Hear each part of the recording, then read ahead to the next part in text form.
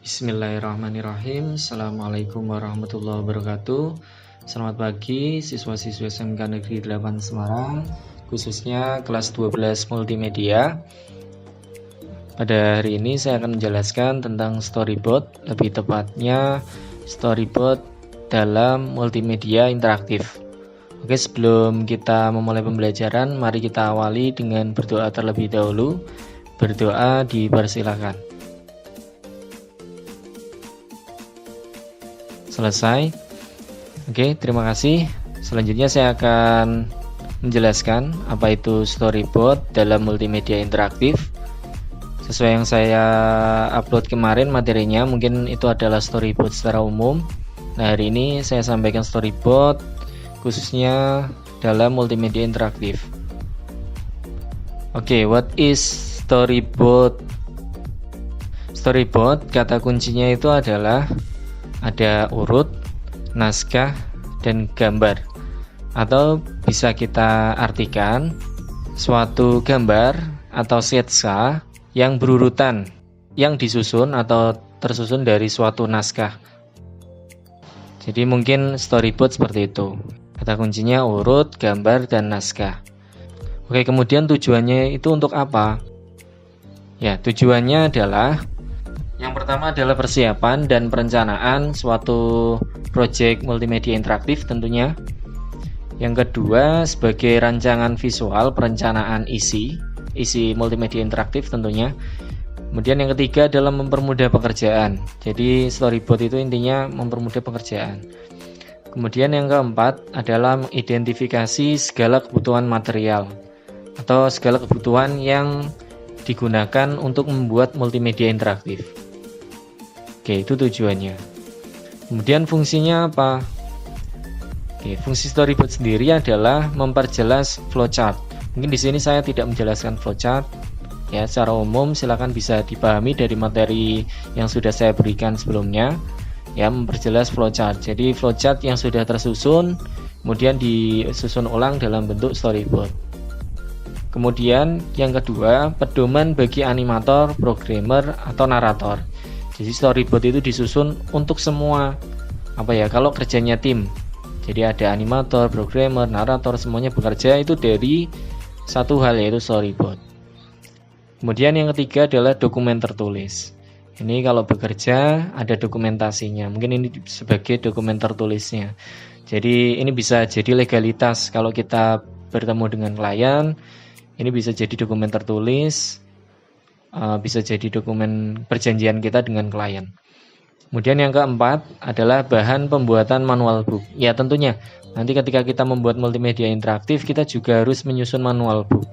Nah, dasarnya itu pasti kita bisa tentukan di awal, yaitu dengan membuat storyboardnya. Storyboardnya jelas, kita juga bisa menentukan pembuatan manual book. Paling tidak struktur penulisan manual booknya. Oke, dari fungsi kita akan mengetahui di mana pada suatu storyboard, khususnya dalam multimedia interaktif itu ada ketentuan umum atau mungkin bisa disebut ciri-ciri khasnya lah. Oke, yang pertama itu adalah bentuk-bentuk gambar yang disiapkan disertai dengan penjelasan-penjelasan atau narasi. Jadi bentuk gambar yang disiapkan disertai dengan penjelasan atau narasi. Yang kedua, penulisan storyboard itu sebaiknya diisi unsur visual terlebih dahulu. Ya, jadi penulisannya harus unsur visualnya dulu karena kita membuat multimedia interaktif. Kemudian struktur kalimatnya sederhana. Ya, tidak usah panjang, tidak usah berbelit-belit. Ya, kemudian bahasa yang digunakan adalah bahasa lisan, ya, bukan bahasa tulisan. Kemudian narasi biasanya disusun kemudian dilengkapi atau untuk melengkapi hal-hal yang sulit diungkapkan dalam bentuk visual. Kemudian simbol sederhana, ya, simbolnya itu dalam bentuk sederhana, jelas maknanya serta sudah diketahui oleh siswa. Kemudian gambar dalam bentuk yang menarik, ya, warnanya kontras, mudah dipahami, ya, mudah dibaca. Nah, itu storyboard yang baik seperti itu ya, ketentuan umumnya seperti ini. Oke, kemudian mungkin ini contoh bentuk storyboard multimedia interaktif. Ya, ada yang pertama ini bentuk kartu. Ya, yang pertama ini bentuk kartu. Ya, ada nomor frame atau slide, kemudian ada catatannya, visual, dan juga audionya. Oke, kemudian yang kedua adalah bentuk landscape. Ya, di sini ada visualnya, kemudian ada menu-menunya, kemudian ada keterangan. Ya, navigasinya. Kemudian yang ketiga, nah ini adalah bentuk double column. Ya. Di sini ada nomor, keterangan, visual, dan audionya.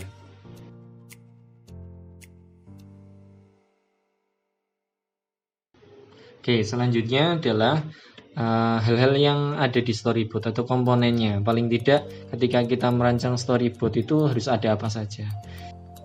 Yang pertama, sketsa atau gambaran layar atau halaman atau frame atau visualnya tadi. Yang kedua, warna, penempatan, dan ukuran grafik itu jika perlu.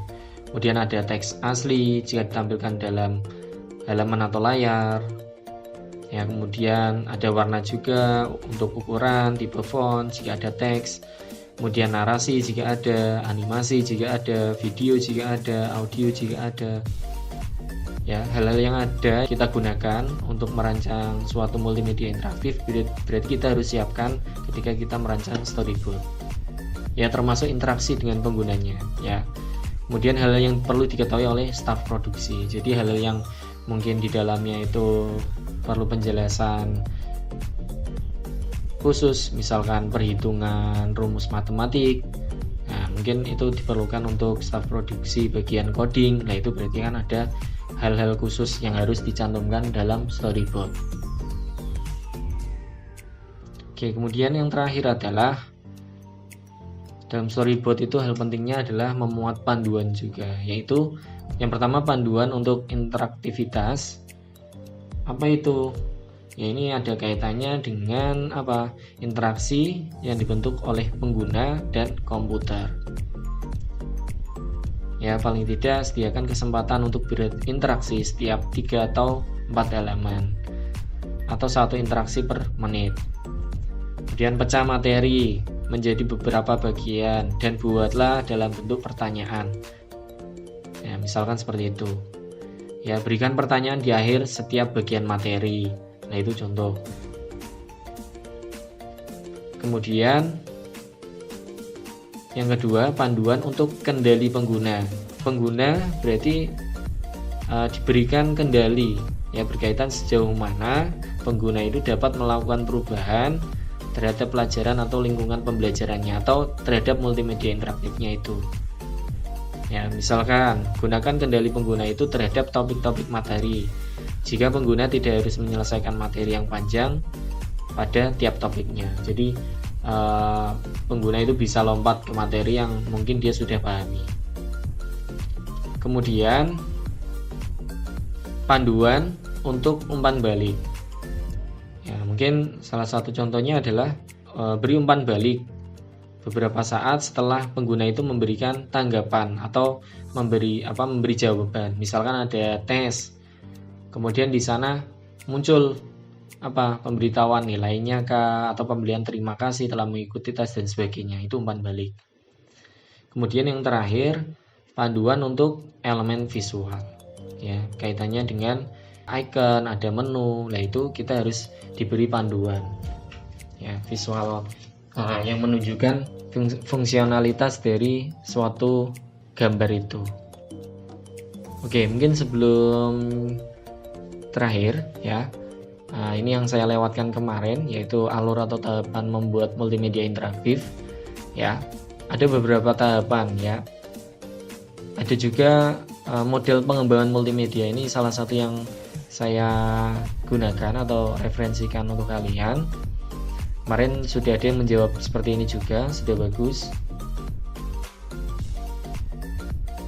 Oke, salah satu metode pengembangan multimedia interaktif itu ini ya, multimedia development life cycle ya, yang terdiri dari 6 tahap. Ya, yang pertama konsep, ya, merumuskan dasar-dasar dari proyek multimedia yang akan dibuat dan dikembangkan, ya, terutama pada tujuan jenis proyek yang akan dibuat. Kemudian desain atau rancangan, ya, tahap di mana pembuat atau pengembang proyek itu merincikan. Tadi kan sudah dikonsep, kemudian dirincikan, ya, dijabarkan apa yang akan dilakukan, kemudian bagaimana nanti membuatnya, bagaimana proyek itu dibuat, dari mulai naskahnya, kemudian navigasinya, proses desain secara lengkap, semuanya disusun pada tahap desain atau rancangan. Kemudian yang ketiga, obtaining konten material atau pengumpulan materi, ya. Ini proses untuk mengumpulkan segala sesuatu yang dibutuhkan, ya, dalam proyek multimedia interaktif itu sendiri. Jadi semuanya, baik membuat vektor atau gambar sendiri maupun download. Kemudian yang keempat, assembly atau penyusunan dan pembuatan. Nah, ini waktu proyek multimedia itu diproduksi.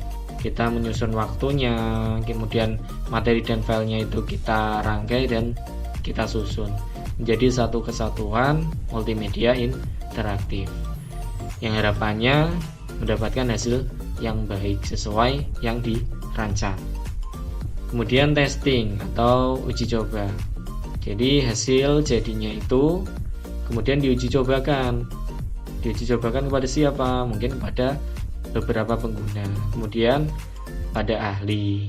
Bisa jadi seperti itu. Kemudian setelah sudah tepat, tidak ada revisi, baru kita bisa distribusikan atau kita sebarluaskan. Ya, di sini adalah proses penggandaan dan penyebaran kepada, kalau multimedia interaktif atau media pembelajaran, berarti kepada siswa atau murid. Oke, mungkin seperti itu materi dari saya. Oke, untuk diskusinya, ya, pertanyaan yang pertama itu adalah bagaimana pentingnya storyboard pada umumnya itu pada semua produk multimedia, serta khususnya pada multimedia interaktif ini sendiri. Kemudian yang kedua, jelaskan mengenai, pilih salah satu, ya, panduan interaktivitas, kemudian panduan kendali pengguna, panduan umpan balik, dan yang terakhir panduan elemen visual. Ya, jelaskan dan berikan contohnya kalau bisa. Oke, mungkin seperti itu yang bisa saya sampaikan. Sebelum mengakhiri, kita berdoa terlebih dahulu. Berdoa dipersilakan. Selesai. Terima kasih atas waktunya. Semoga bermanfaat. Semoga materinya bisa dipahami. Kurang dan lebihnya saya mohon maaf. Billahi taufik wal hidayah. Wassalamualaikum warahmatullahi wabarakatuh.